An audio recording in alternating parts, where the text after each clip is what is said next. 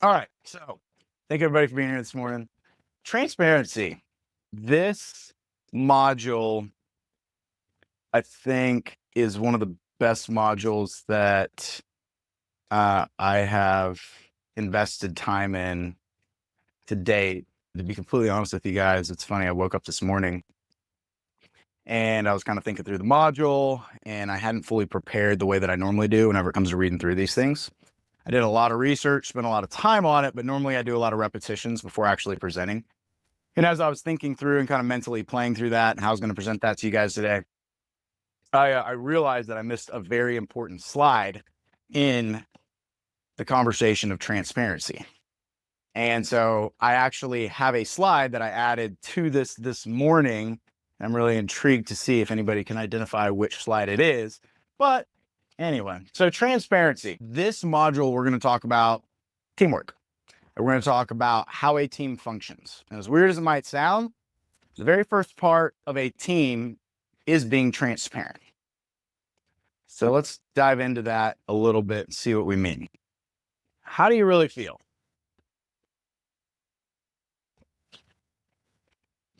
They don't care. I'll figure it out myself. They wouldn't listen anyway.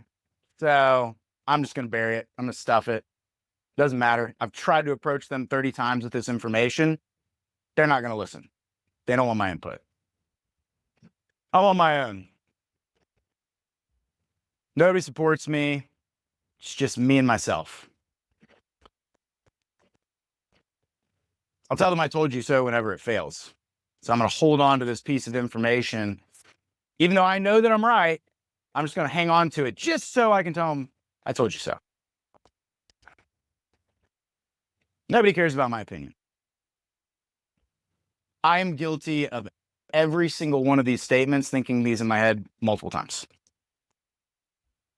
As recently as last night, I was trying to help out a buddy who's going through a really tough situation.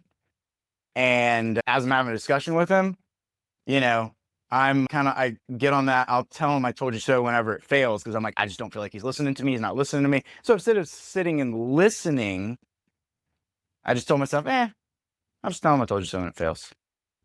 This is a really easy mindset to fall into whenever it comes to you being on a team. I'll show you guys a study real quick. This is interesting. Isolation. Now, there's no women in the group today, but this applies both ways, but specifically whenever it comes to men in relation to if you're on a company, if you're on a team, it is extremely easy to feel alone. Society makes it much more comfortable not to say anything than to speak your mind and make connections that are worth your time. It is much easier for you to sit there and wallow in self-pity, and it's much easier for you to sit there and not say anything than it is to say how you really feel.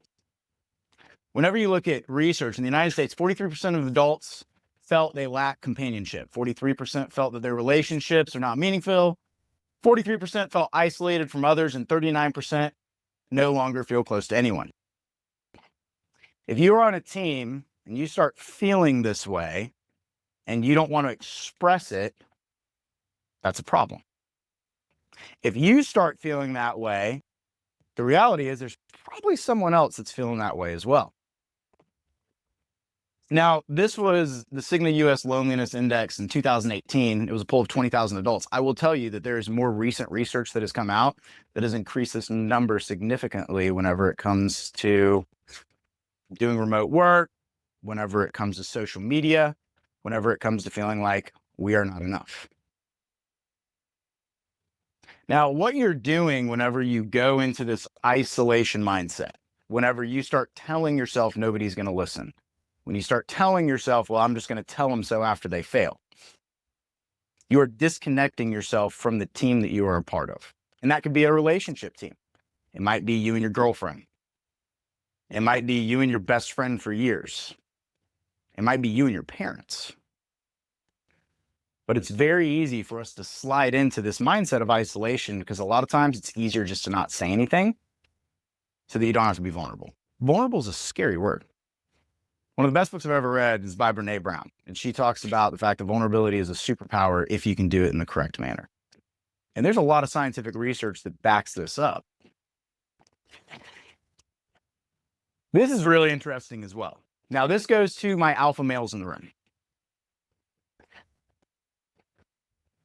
We think we know everything.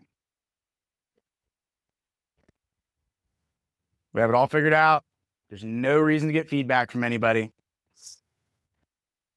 According to research done in 2022, people often struggle asking for help due to several common reasons. Number one, fear of appearing incompetent, weak, or inferior. You start a job, right? Whether it's roofing, whether you're in the admin world, whatever it may be, and you don't know what you're talking about. And instead of calling someone to pick up the phone and saying, hey, listen, Mr. Customer, client, subordinate, supervisor, I know the answer to that question. Let me call someone real quick. I'd just rather act like I haven't figured out. You are inhibiting your opportunity to grow. We look at that in our minds as a way to present strength. It's not. All you're doing is spiraling into incompetence.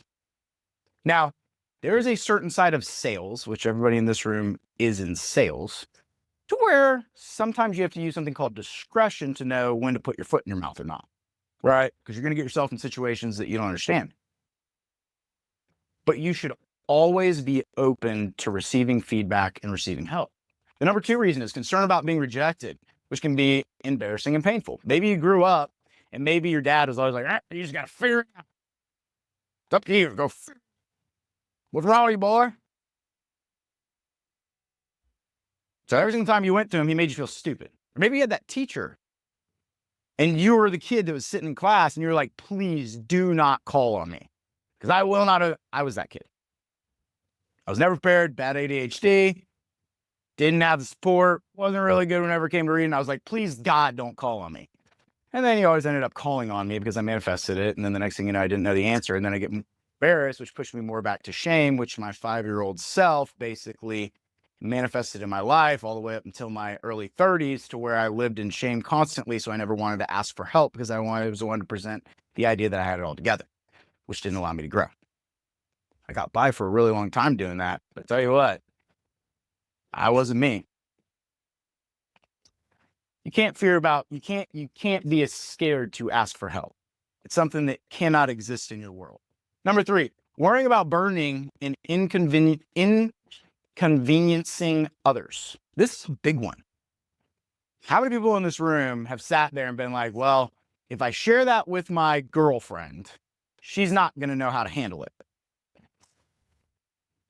If I tell my boss that I just signed a deal and it was a bad deal because I'm looking back 20 minutes ago and I realized the fact that I didn't look at all the details, but I'm just not going to say anything because it's going to burden them.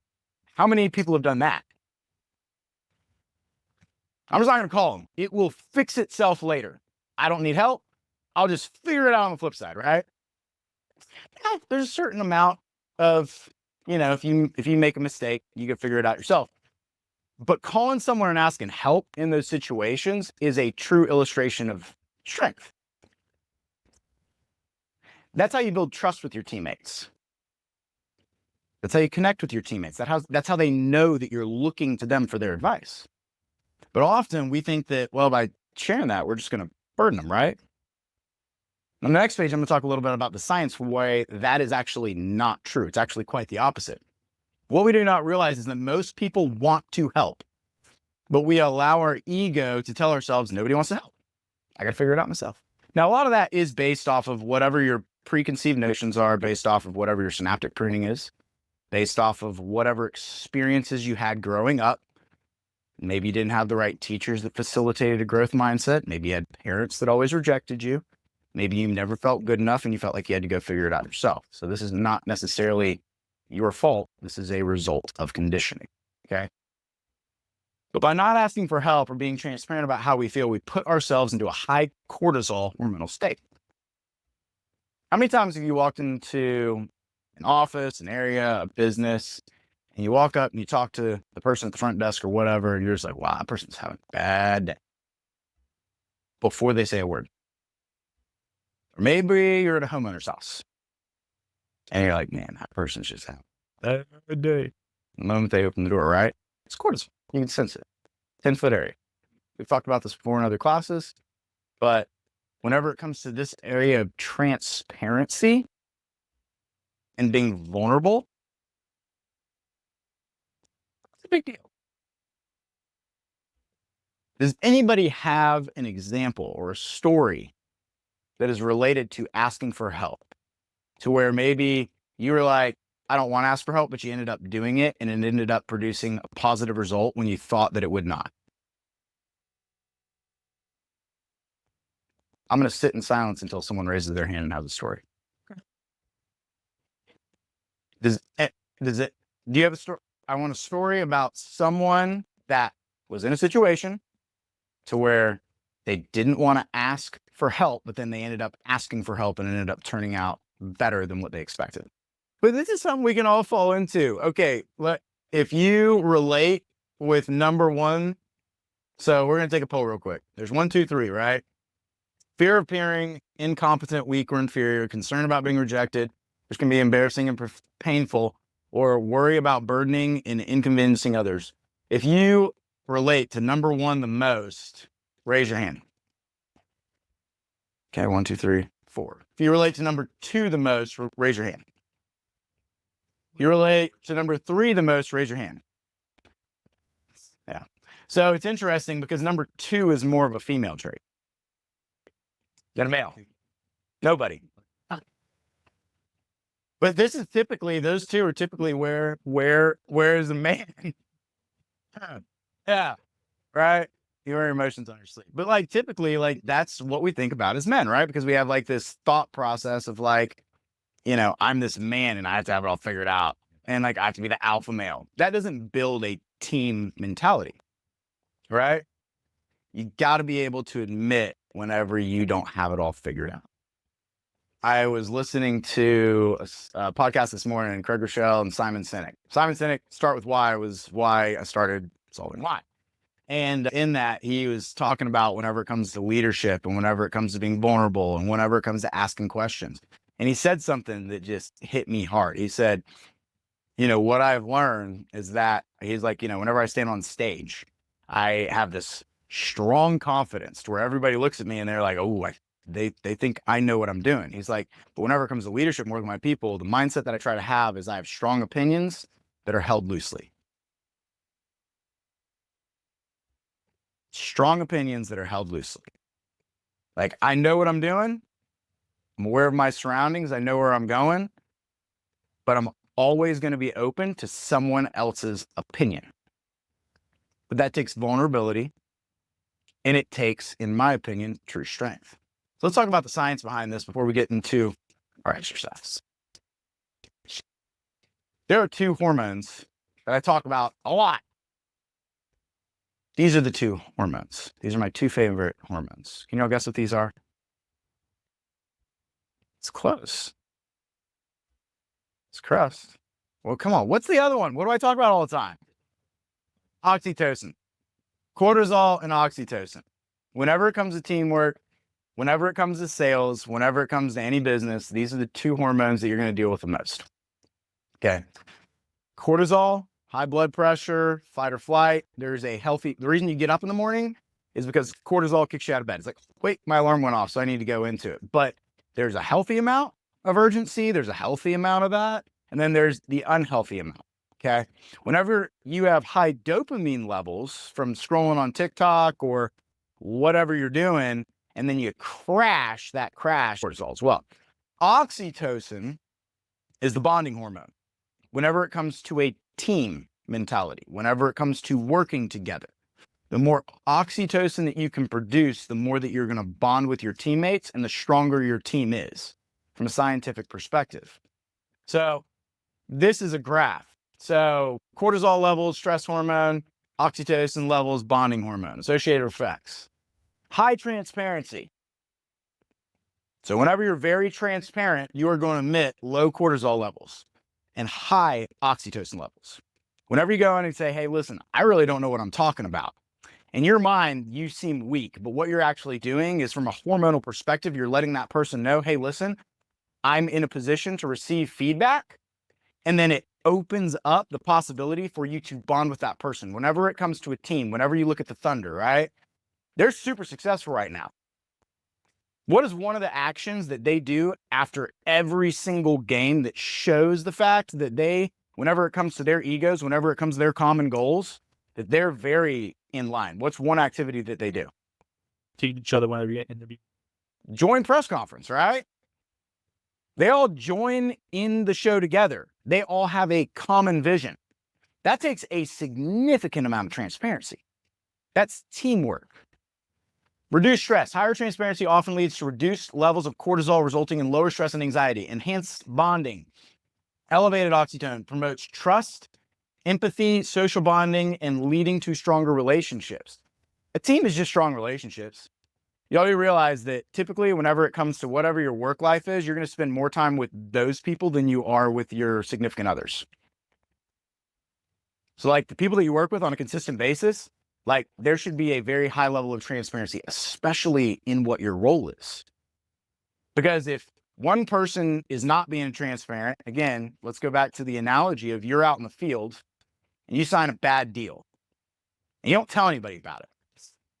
And let's say you got a CSR, right? You don't tell them about it. You're like, I'm not going to talk about the fact that I just promised the homeowner that I was going to give him the gutters, I was going to give him the siding, I was going to give him this. And then I said all of it and put my foot in my mouth. And then I walked inside to close the deal and realized they have an ACV policy. Oh, crap. I'm guilty of that, by the way. Whenever I first did sales, roofing sales, like I definitely did that one time. And I was like, oh, crap. Now, I've run a company before. I understand what that happens. So like I just told the person, I said, hey, listen, I screwed up. You know what ended up happening? The person ended up saying, well, thanks for being honest with me. And then we figured it out. And we ended up building it. It ended up being super profitable because I just said, hey, listen, I told you some stuff outside that was not accurate because I was doing it based off of the assumption that you had this kind of policy and you actually have this kind of policy. This means that we're gonna have to do this. If this breaks the deal, if this busts the deal, I'm sorry, you can go to another person. I'm like, it's fine. Guess what ended up happening? All right, how much do I need to write you a check for? People respect transparency. Because what's gonna happen? You're just gonna kick the ball down the road, not make any money, and then you're gonna do a bunch of jobs that aren't profitable? What good does that do for anybody? Because your ego is too big in the moment to admit that you were wrong. Right? So whenever you're transparent, and this is the other beautiful thing, whenever it comes to dealing with clients, I don't care what industry you're in, I don't care what you're doing. Oh, shoot, I messed up. Dude, it opens yourself up for that person. Empathy. It invites them to be empathetic. That sounds super weird. And now you might deal with some people that are real high cortisol and they just use it, come in and smash it. Who cares? Doesn't matter. Every once in a while, someone's going to do that. Tells you the kind of person they are. Most people aren't going to do that. Most people are going to respect it, honor it. Yesterday, I went to a place. It was hilarious. Went to a place, ordered a smoothie, ordered the same thing every single time. Get the smoothie, I'm walking out the door, take a sip. Right when I take a sip, I'm like, oh, dude, this guy made it completely wrong. Turn around and look at the guy, and the guy's standing there looking at me, knowing that he made the smoothie wrong. Like on his face, he knows as soon as I take a sip, he was waiting to see if I was going to walk out the door. And I walked back and handed it to him, and I was like, dude, I get this all the time. He's like, I'll remake it. And he went back and remade it. Now, he could have extended the invite to me, but typically that's the way that people will work, right? He just, man, it was watery. He made the next one, and he was like, I promise you that one's going to be smooth. And I was like, thank you. Guess what? He admitted he was wrong, fixed the problem quick, hit me up. Moderate transparency, right? I'll be transparent sometimes, but I'm not really going to give it all there. Well, guess what you're going to get? Moderate cortisol levels, moderate oxytocin, balanced state. Moderate levels of transparency can help maintain balanced state of cortisol and oxytocin, fostering a stable social environment and moderate stress levels. Now, whenever it comes to this right here, there is a certain amount of discretion that is needed whenever it comes to transparency, which is what I added today. We're going to talk about that at the very end. So you do want to stay somewhat balanced, but whenever you're trying to bond, whenever you are trying to grow, it's really good to have that. To be completely honest with your significant other, sometimes you want to stay in the moderate area. Maybe be this with your accountability partner. If you don't have an accountability partner, I would highly suggest it. If you don't have an accountability partner, go pay a therapist. Someone that you can tell it all to stay in this state. And then maybe sometimes with your significant other, you need to be somewhat moderate so that you can actually recognize, okay, when do I need to be highly transparent? When do I need to be a little bit moderate, right? So there are places for each one of these levels. And then the last one is low transparency. If you don't tell anybody anything, you got it all figured out in your mind. I don't need help from anybody. You're going to produce high cortisol levels, high blood pressure. Do you know what high blood pressure does to you long term? Kills you. You want to know the different wonderful diseases that are caused by high blood pressure? Dementia, cancer, heart disease, all the things that we love. I actually just talked to a guy the other day that I talked to a guy the other day that he actually has started reversing his aging, literally. So he went to the doctor and the doctor's like, hey dude, like you're going to have a heart attack. And because how high stress his life was, how much stuff he held on to. And he was like, man, I started living a life of transparency. And as soon as I started living a life of transparency, went back to the doctor, like a year later, the doctor was like, hey dude, I don't know what you've done, but like your levels are completely normal. And you're actually like, you're reversing your aging right now. He did a lot of other things, but he said that was one of the top factors whenever it came to his health. Lowering his blood pressure, started getting transparent. If you look at the boomer generation, I mean, they were told grit your teeth and just work through it, right? Now, there is a certain amount of truth in relation to depending on what your task is. If you are doing manual labor, there's a certain amount of cortisol that you need to engage, there's a certain amount of work that you need to engage to get a task done. That's why God gave us that hormone, right? But whenever you're out there digging a trench, you're probably not looking to bond with someone else. Right? You're looking to get the job done. Now, a smart person is bonding with a bunch of people and you get 10 people to build the trench with you, right? You look at teamwork, not just I'm going to drive through and get myself done. But there are certain times whenever you're going to have elevated cortisol levels to where you actually need to grit your teeth and get through a project, right? Or you need to stay up late to get done with something. Typically, the reason we get to that point is because of a lot of other things that we shoved off, or we didn't look for connection and we didn't look for teamwork. So we end up putting ourselves in a bad position, or we prioritize other things. But yeah, no, that's something that the boomer generation really led into was, just grit your teeth and just fight through it. But that's why whenever you look at the current 60 to 65-year-old range, you're seeing dementia, you're seeing cancer, you're seeing high blood pressure, you're seeing heart attacks, heart disease, colon cancer, all of the things that mindset manifested. Now you're seeing it now. And the crazy thing is that all these people did that to retire, and now they're all retiring. Well, guess what? Whenever you retire, you die 15 years earlier, statistically. So don't work for retirement. You're killing yourself just to die. You're killing yourself just to die. It's crazy. It's nuts. There's a bunch of research out there on this right now whenever it comes to the boomer generation. A lot of them are retiring, and their entire identity was based off of their work, right? It wasn't based off of building relationships. It was based off of their tasks. The more relationships you have, the longer you will live because there's more people you can pour into. The more that you're focused on tasks, well, when you get to a point where you're not producing tasks anymore and you don't have any relationships, how much good did producing all those tasks do for you? Not good. That's why this is important. Being transparent is important. Opening up to people, looking for help, looking for feedback. It's a very important part. In my opinion, the reason I started with this is if you're going to have a team and you don't have transparency, it's not going to last long. If people aren't telling you where they're struggling, they're not going to last long. If people aren't able to share their opinions in healthy manners, not going to last long. If people don't feel like they're heard, if people don't feel like they can go express themselves, not going to last long. You'll lose a lot of good people that way. If you don't have transparency, you don't have a team. Period. So we're going to do an exercise real quick. The exercise. We're going to have an opportunity to be transparent.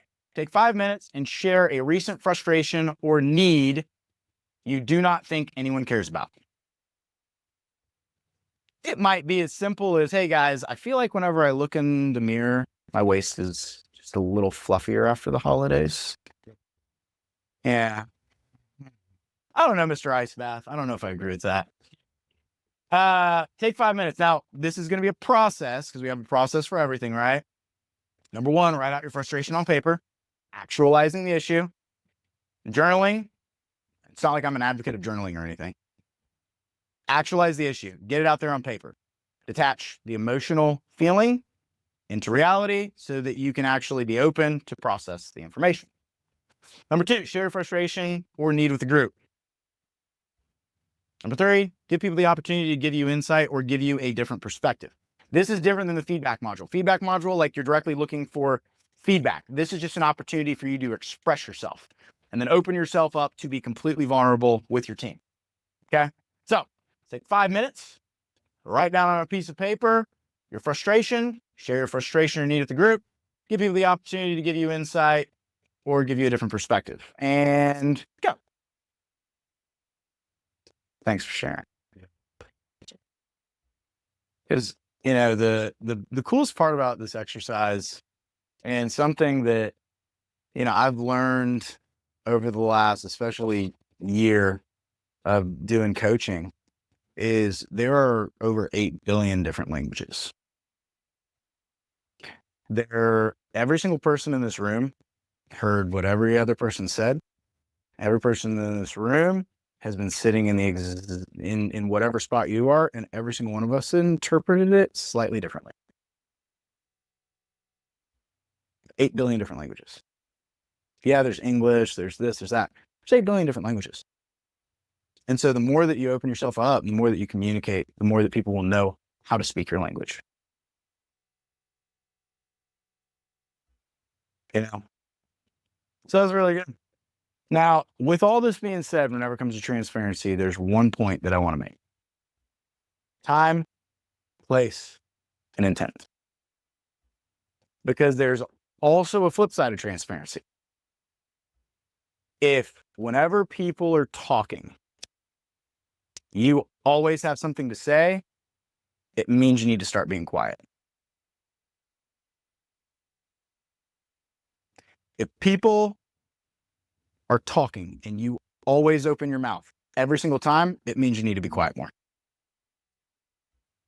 It means you're talking too much. It means that you're not listening enough. And that is something that a lot of us fall into. I'm going to quote scripture on this. The discretion of a man defers his anger, and it is his glory to pass over a transgression. Whenever you feel angry, whenever you feel upset, it's probably time to be discreet.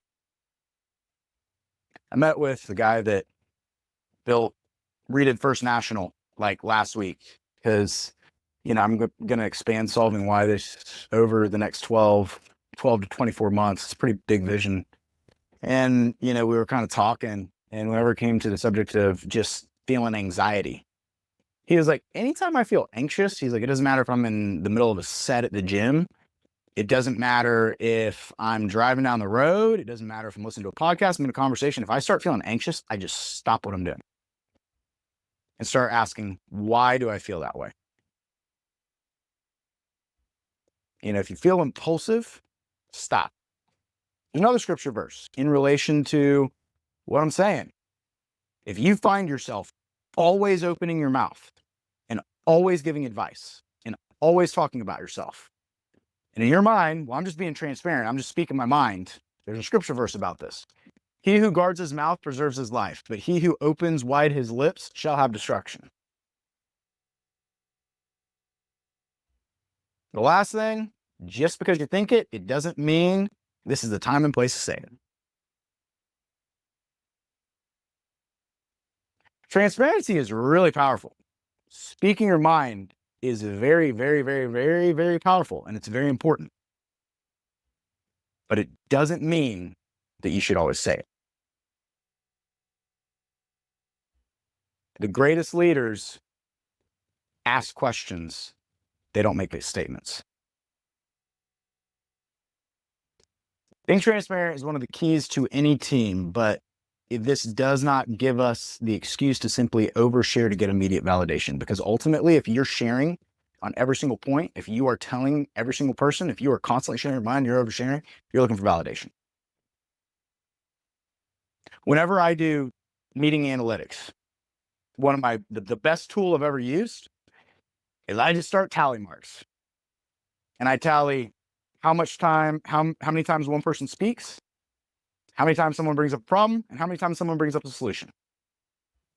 Typically, the people that are looking for validation, typically they're the highest performers. They talk the most. They bring up almost all problems, and then their solutions are very short, and I expect someone else to fix it. Typically, the people that you look at and you're like, man, like that person's an alpha male, they're looking for validation. We live in a society of needing that validation. And I promise you, if there's one thing that I've learned working beside my dad, that dude just asked questions.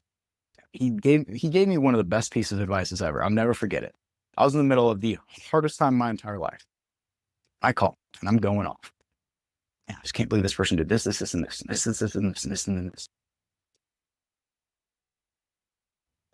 What do you think about just shutting up and listen?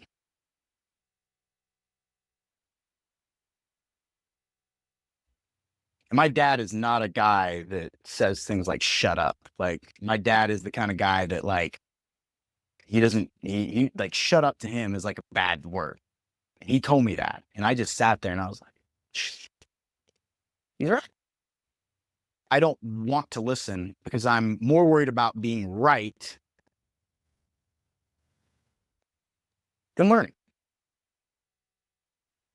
So if you don't get any other takeaway from this entire thing, this is the one area in my life and the one area in most successful people's lives. It takes a lifetime to build a reputation. It takes one statement to ruin it.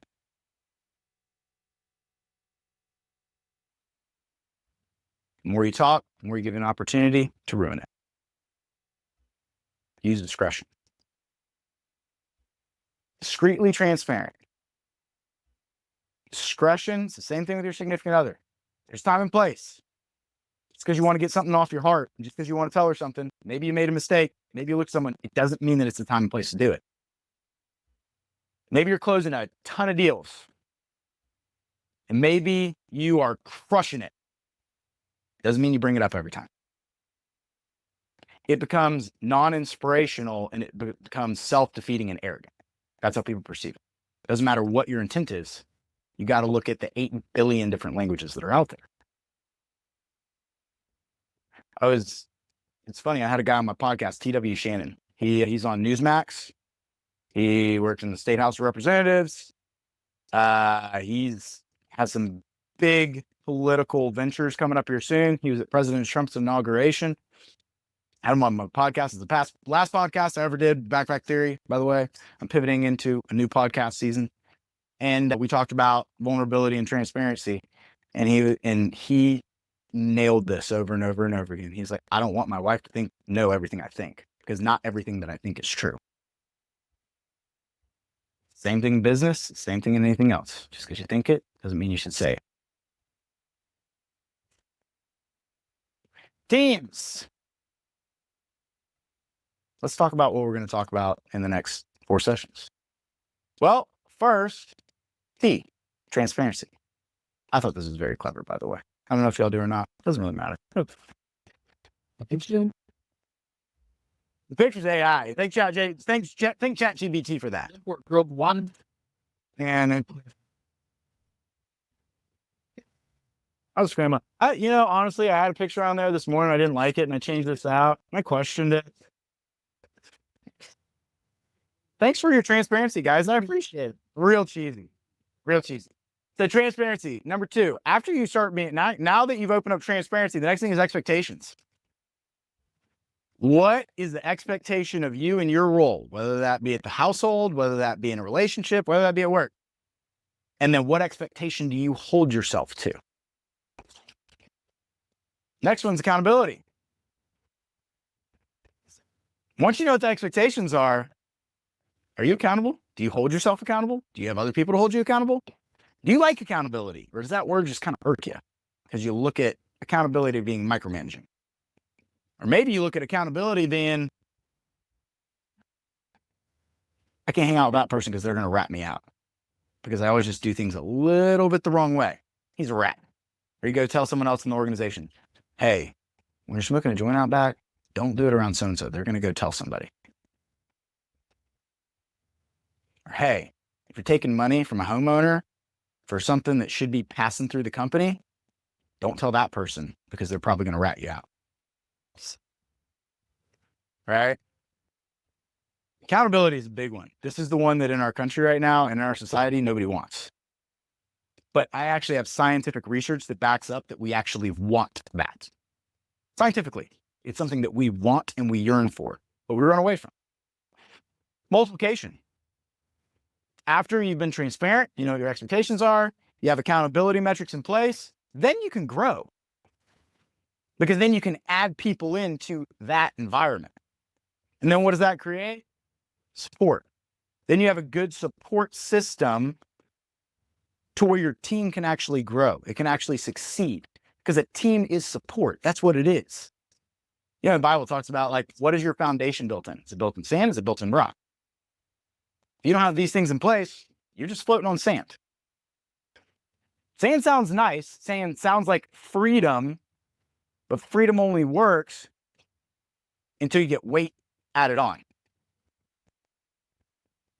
I don't know how many people have taken rock climbing, but there's a technique I do, and I'll just give it to you. So if you come rock climbing with me afterwards, well, so be it. You know what my technique is. I don't care.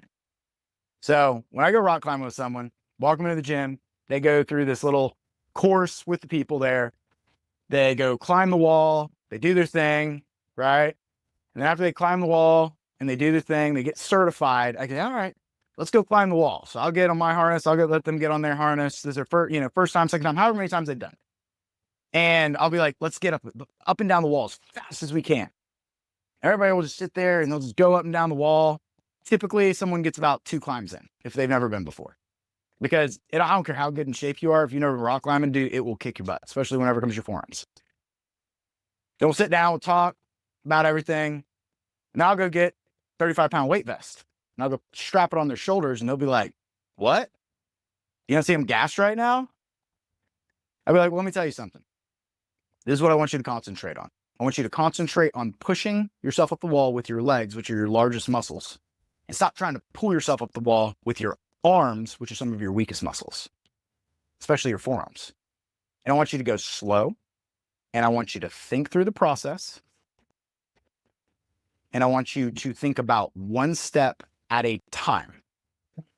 Stop looking up the wall and stop looking down. Just one at a time. And do you know what happens every single time? They get all the way to the top. They get all the way to the bottom, adding 35 pounds, and they go, that was easy. But that's not me. You know. But it's technique, right? It's technique. Are you thinking through the process? Are you thinking about your foundation, or are you just jumping up and running up the wall without asking for help? There's only one person that has ever stopped and asked me for help before they climbed up the wall. One. Only one. One of the oldest dudes. And that dude, guess what? He ended up going up and down the wall more than, he's like, I don't know how old he is. I think he's probably like 65. And he would smoke anybody else whenever it came to rock climbing. But he stopped and asked. He didn't just rely on what the little instructor did and walked him through the little certification. He stopped and he said, hey, I know you do this all the time. You take people all the time. What do I need to concentrate on? I was like, I wouldn't have done that. Transparency. Being honest and transparent can expose you to vulnerability. Nevertheless, choose to be honest and transparent regardless. Mother Teresa. It kind of sucks to feel vulnerable. You kind of feel like your back's exposed, right? But the more vulnerable and transparent you can be, discreetly, the more you're going to open yourself up for growth and other perspectives. Applications and resources, books to read. Brene Brown, Daring Greatly. Ryan Holiday, Ego's the Enemy. It's a good book. Robin Sharma, The Greatness Guide. And podcasts, Solving Why Podcast. Go. I'm plugging myself. Anybody who wants to be on my podcast, by the way, more than welcome. The whole goal of the podcast is going to be a 10-minute podcast where we're going to sit down and I'm going to help you find your why in 10 minutes by asking questions. I'm going to make no statements. I'm only going to ask questions. And in 10 minutes, I'm going to try to help you solve your why. So I'm going to have leaders, different individuals on the podcast, and all I'm going to do is ask questions. Yes, I am plugging myself.